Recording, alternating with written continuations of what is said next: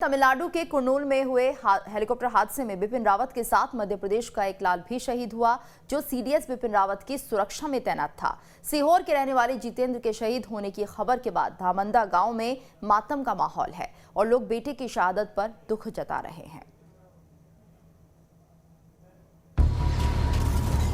बुधवार को तमिलनाडु के कुन्नूर में हुए सेना के हेलीकॉप्टर हादसे में बिपिन रावत के साथ शहीद होने वालों में मध्य प्रदेश का एक बेटा भी शामिल है। हादसे के वक्त हेलीकॉप्टर में सवार लोगों में सीहोर जिले के धामंदा गांव में रहने वाले 32 साल के जितेंद्र भी थे, जो सीडीएस बिपिन रावत की सुरक्षा में तैनात थे। हादसे की जानकारी मिलते ही सीहोर जिले सहित जवान के गांव धामंदा में शोक व्याप्त हो गया। बहुत दुख हो रहा है कि एक ऐसा छात्र जो इस क्षेत्र का ही नहीं बल्कि पूरे एमपी का एक लाल था, जो आज हमारे बीच नहीं रहा है। और ये हमेशा हाई सिक्योरिटी में ही इसका सेलेक्ट हुआ और बहुत एक्टिव छात्र रहा है। ये मिडिल से लेके इसकी एक तरीके की ऐसी वो थी कि मैं आर्मी ज्वाइन करूंगा, आर्मी ज्वाइन। और जब इसका चीफ सेक्रेटरी के पास हुआ तो मेरे पास अभी दीपावली को भी आया था, पैर छुए, और जब भी आता था तो मैं उससे ज़रूर मिलता था आकर के। मुझे इसका बहुत बड़ा दुख है।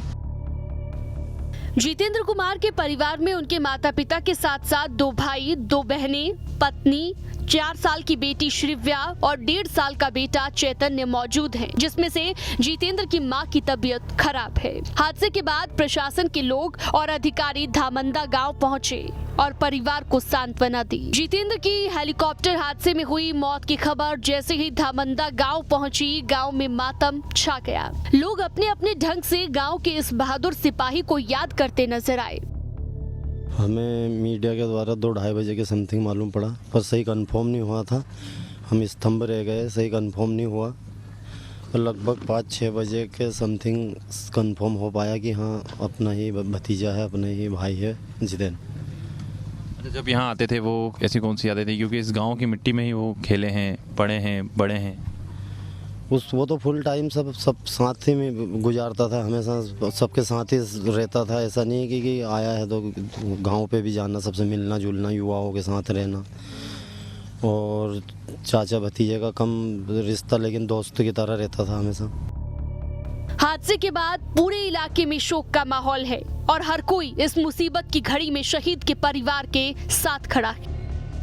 एक ऐसा बहादुर योद्धा, एक ऐसा आर्मी का सैनिक जिसने अपने गांव का नाम रोशन कराई है, साथ ही साथ कहीं ना कहीं इस गांव के लोगों को एक ये संदेश भी दिया है उसने कि देश के लिए हमेशा जो हमारे सैनिक हैं वो तैयार रहते हैं। सीडीएस बिपिन रावत भी इस दुनिया में नहीं रहे हैं, उनके साथ जो 13 लोग थे वो भी इस दुनिया में नहीं रहे हैं।